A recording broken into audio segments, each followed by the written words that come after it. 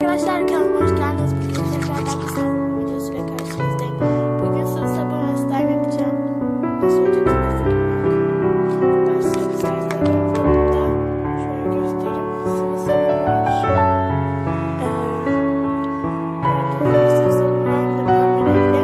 Zaten burada kıvam var. Size çok belli. Şimdi önce köpüğünü karıştıracağım. Bakın şu rengi acayip tatlı ve pembe. Arkadaşlar ben onu köpürene kadar karıştırıp geliyorum.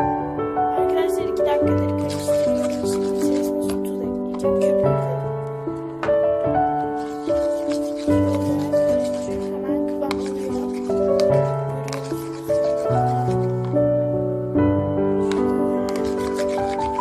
şöyle iyice karıştırıyorum. Bayağı iyi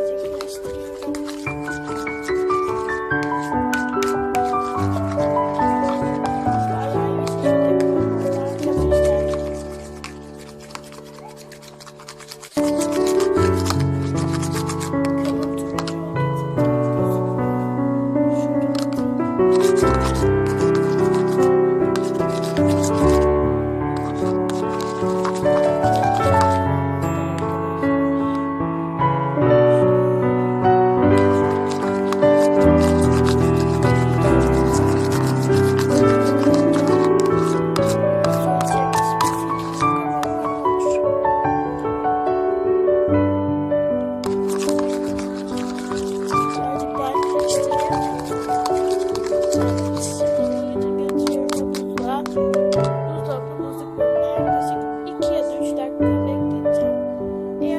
Kıvam turuncu olduğu için tam gözükmüyor.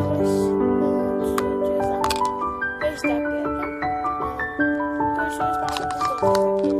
Evet arkadaşlar, buzluktan çıkarım yaklaşık 2-3 dakika boyunca buzluktayken şöyle bakın, gerçekten sıkıntı.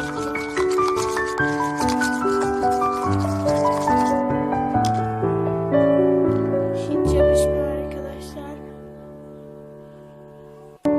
Bakar mısınız? Hiç yapışmıyor.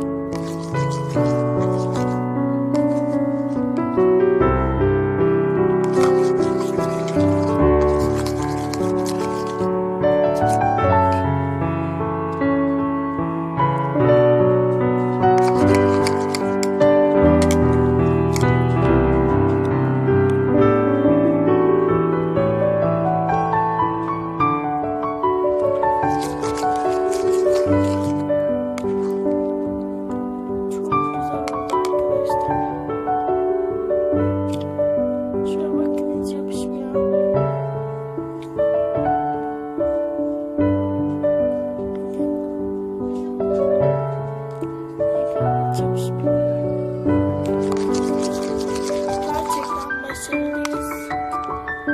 Güzel oldu. Tabii ki gerçek slime'lara hiç benzemiyor ama yine de güzel yani. Şöyle kaşıkla böyle karıştırarak oynayabileceğiniz bir slime. Kıpır kıpır bir slime aslında. Şeye de benziyor. Hazır slime'lara. Kıpır kıpır. Tabii birazcık daha az yapıştırmış. Gerçekten hazır slime olmuş. Şu tabağa çok yakışıyor. Elim almaya cesaret edemiyorum. Hiç yapışmadığını görebilirsiniz.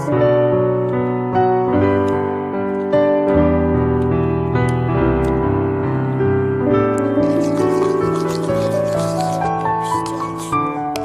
Bir de ben size videoda vermeyi unutmayın. Püf nokta daha vereceğim. O püf noktada arkadaşlar kabınızı önce ıslatın, sonra sıvı sabun dökün.